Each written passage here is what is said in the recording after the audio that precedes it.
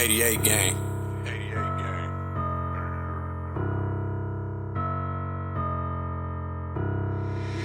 Hit me. AYB, let pipe him up, bro. Let's go big. Let's go big. Let's go big. Let's go big. Let's go big. I got hop in a car with no roof. I got hop in a car with no roof. Let's go big. Let's go big. Let's go big. Let's go big. Let's go big. Let's go big. Unless you've been living under a rock, you know that Diddy has been all over the news. A lot of allegations, but Tyron feels a certain way about this. Tyron, what do you think? I feel like people making a mockery of it and they forgetting about the victims that's really at play. If it's wrong, it's wrong. If it didn't happen, keep mud off this dude's name. So at the end of the day, everybody wants to have the funny meme. Everybody want to be 50 Cent. Everybody want to go, oh, look at it. It's really not funny for two different reasons, right? This is somebody's life. They can lose everything. They can go to jail.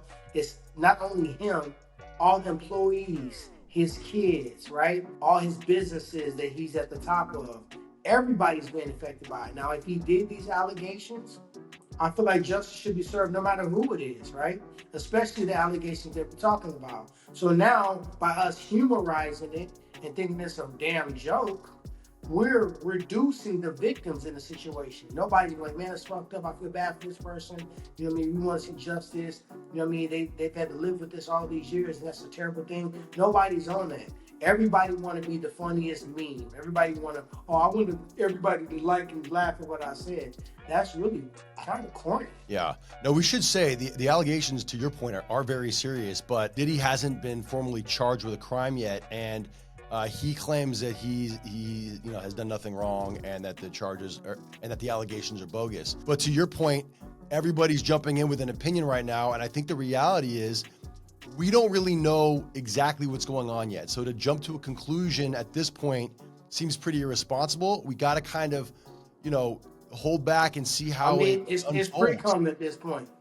You know what I mean? It ain't the real show. Everybody's excited. Everybody all want to jump into it because we thrive off having the juiciest tea. We thrive off. Oh no, I knew. My cousin was there now because my friend used to date him, and his security guard has been. Everybody want to be attached and connected to a story, right? Yeah. I don't know why the fuck that make us feel good, right? Somebody's birthday and everybody want to tag a picture with you and this motherfucker on their birthday, so you attach. That attachment is the equivalent of clout, right? Clout, man, we say this almost every episode.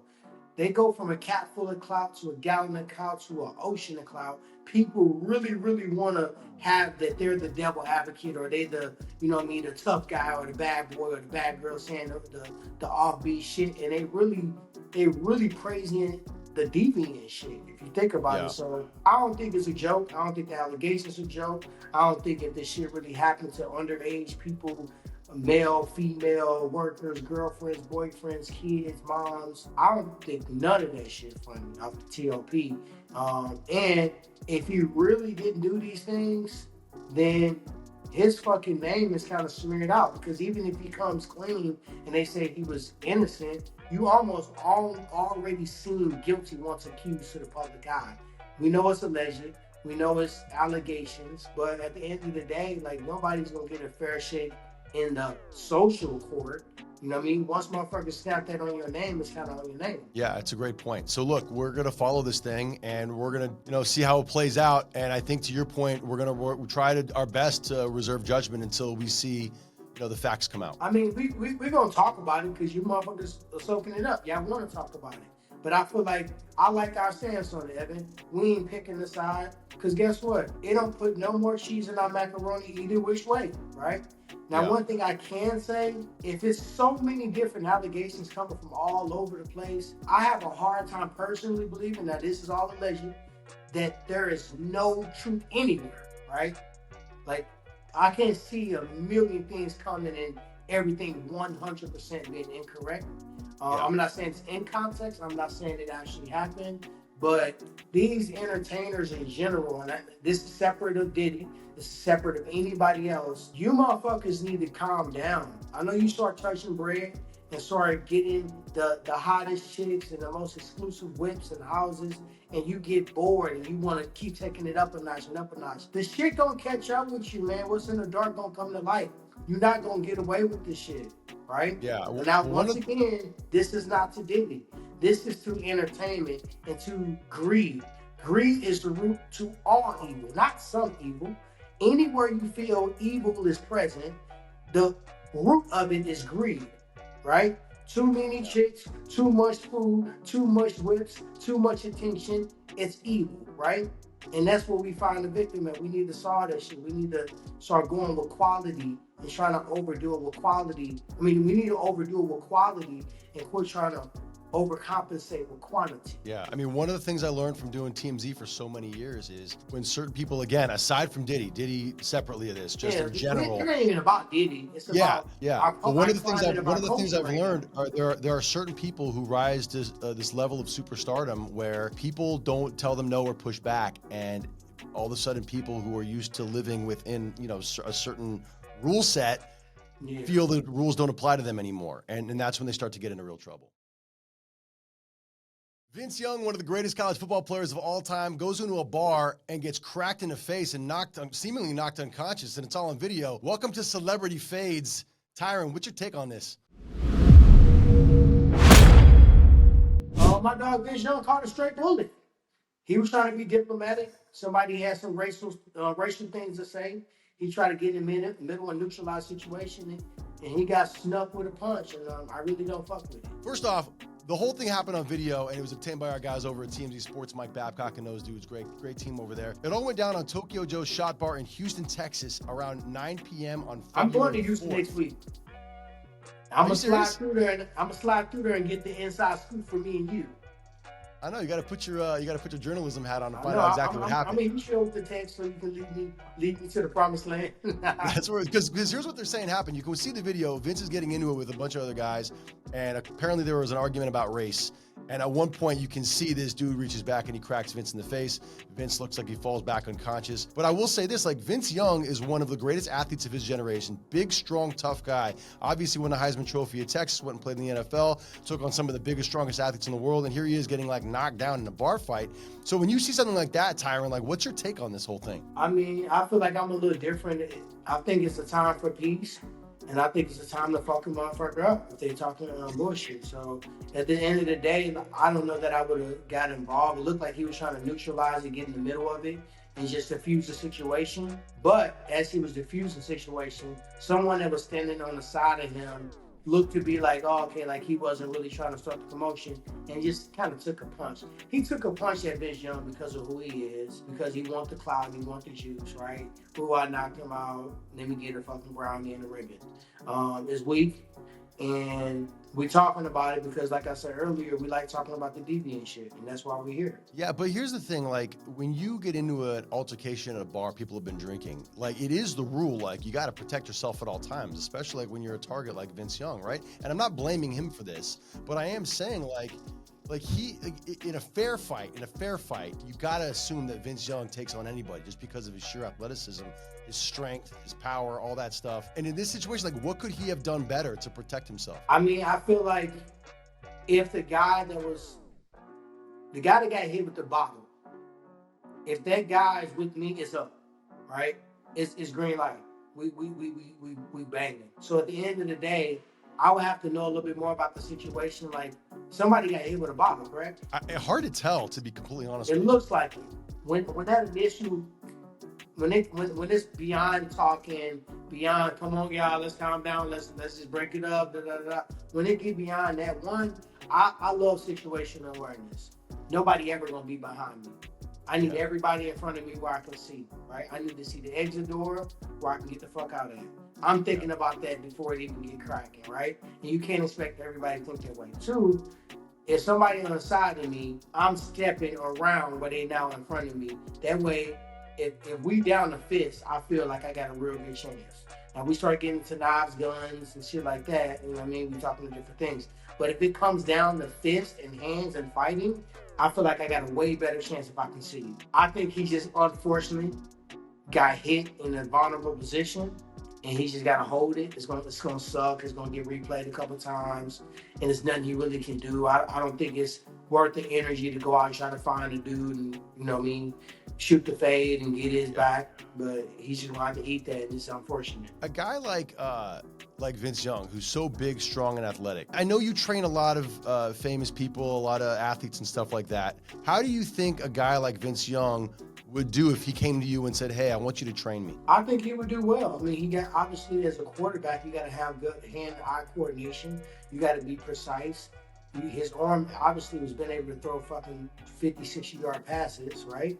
And he can run. He was kind of, you know, he had a lot of mobility in the pocket. So I feel like with the proper training, I think he'd be good. I think he'd be fine. I don't know if he needs training. I think he needs situational training. You got to always, like, one thing my security guards do, they keep me out of position where I can be my worst enemy because I got a bad temper at times. They keep me from doing something stupid to fuck up the bag, right? Shout out to Breeze and Lonnie.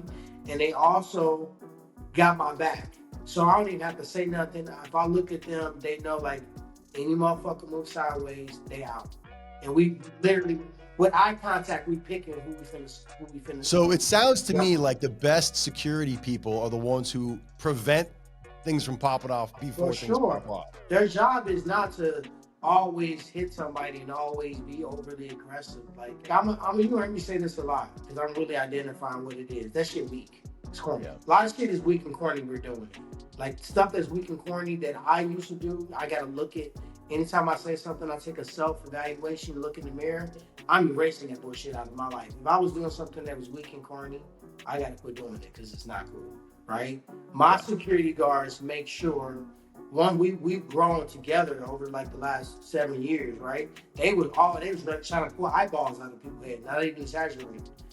They were trying to get an eyeball on their record, right? That they dug somebody's eyeball out they skull, right? And I'm always ready. I've always had a temper. I was always small and people always tested me. And I used to beat people up and knock them out when I was younger because I always had to prove myself. So they're teaching me, think about the long term, think about the future. It's not worth it. I'm teaching them, hey man, let's stick to the bag. You know what I mean? Let's walk away. So we've helped each other out over the years, and I think that's what it's all about. All I keep thinking about now is Kill Bill, that scene where he snatches the eyeball. No, I'm not saying it. I'm not saying that to sound savage. Oh my God. My security guard, I would not name him, and when he watches the show, he's gonna laugh. He has been trying to take an eyeball out of someone's head. Oh my God. Well, there you go. If you're watching this and you have any inkling to mess with Tyron Woodley, just know that it might cost you an eyeball. Tyron, Shohei Ohtani claims he had no idea his best friend and translator was stealing $4.5 million from him to gamble. Are you believing this guy? Man, 4.5 don't leave you without nobody knowing about it. That's what I'm saying. I'm calling cap. The background is Shohei Ohtani, who signed the $1 billion contract with the Dodgers, maybe the best baseball player of all time. He pitches, he hits, he's unbelievable. He's an unbelievable athlete. His translator and his best friend allegedly stole $4.5 million from the baseball star to cover gambling debts in an illegal gambling ring. All allegations, I want to make that very clear, allegations. Shohei Ohtani claims that he had no idea that his friend was doing this and is shocked by the revelation. The Dodgers have fired the translator, said like, you're out, you're not going to work with him anymore. And Shohei is trying to claim that he had no idea any of this was happening. But to your point, Tyron, that you just made, even if you have $1 billion, how do you not notice $4.5 million going missing? Now, you just ran over there real quick. Now, it's not alleged. He literally has a $1 billion contract? Oh, yeah, with the Dodgers, yeah. Oh, shit. Let me get $5. Let me borrow $5, dog. Let me hold $5. Maybe if you have a $1 billion contract, maybe 4.5 million could leave underneath the radar. We remember when Mike Tyson, Don King was charging $10,000 a week for towels. You know what I mean? And Here's the thing, Tyron, let me stop you because you've been around a lot of wealthy people, and so have I. We know a lot of really wealthy people.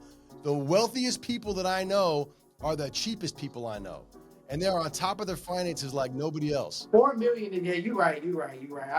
I rewind that. I erased that. 4.5 mil. I don't give a hell what you sitting on, bro. Ain't nobody gonna sneak 4 mil from you. That's what I'm saying. Even if you have $1 billion, you're not just like losing. And why you giving 4.5 million? You ain't making $1 billion.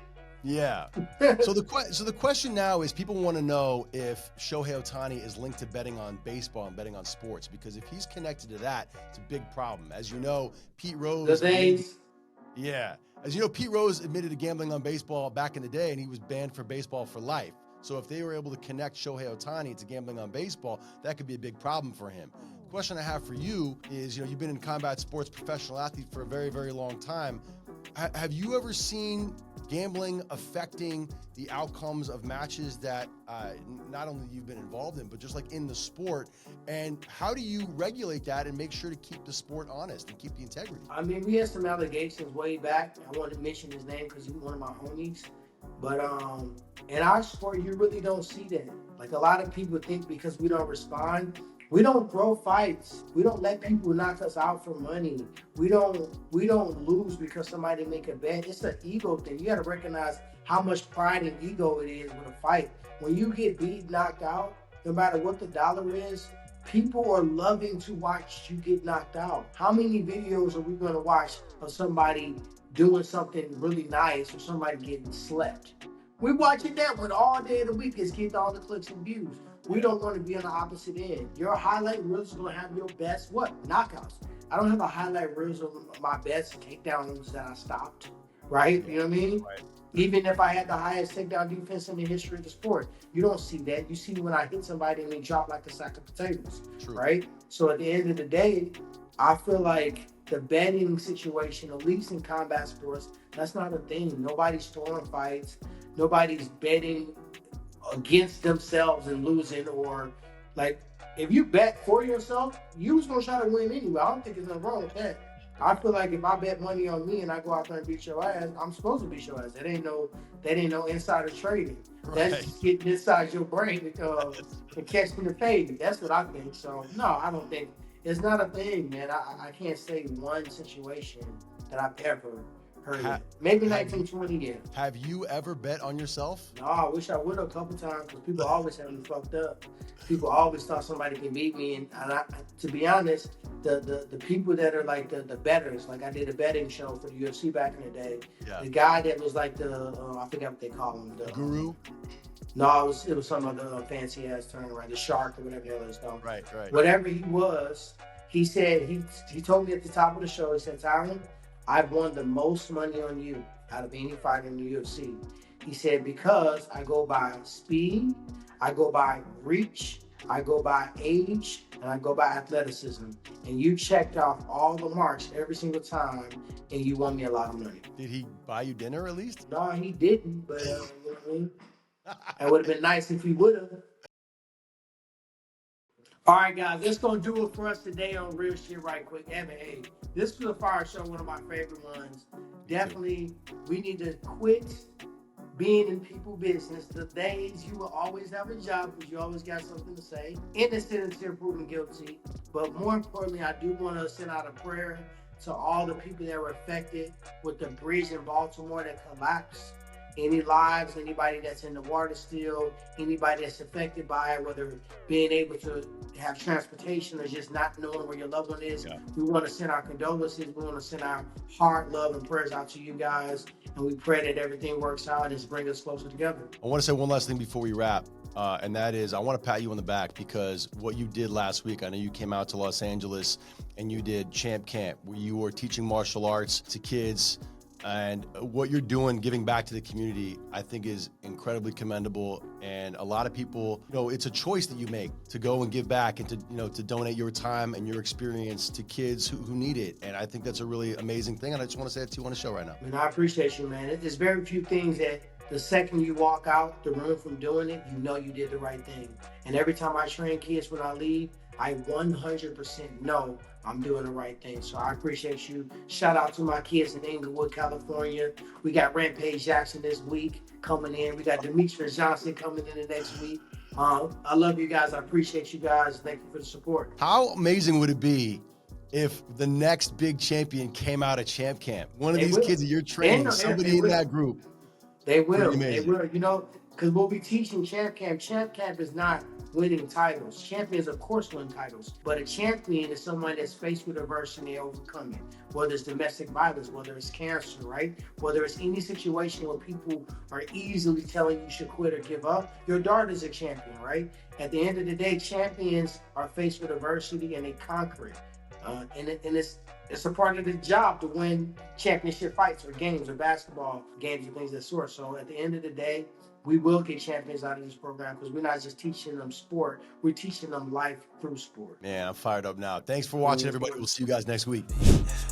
Let's go big. Let's go big. Let's go big. Let's go big. I got hop in a car with no roof. I got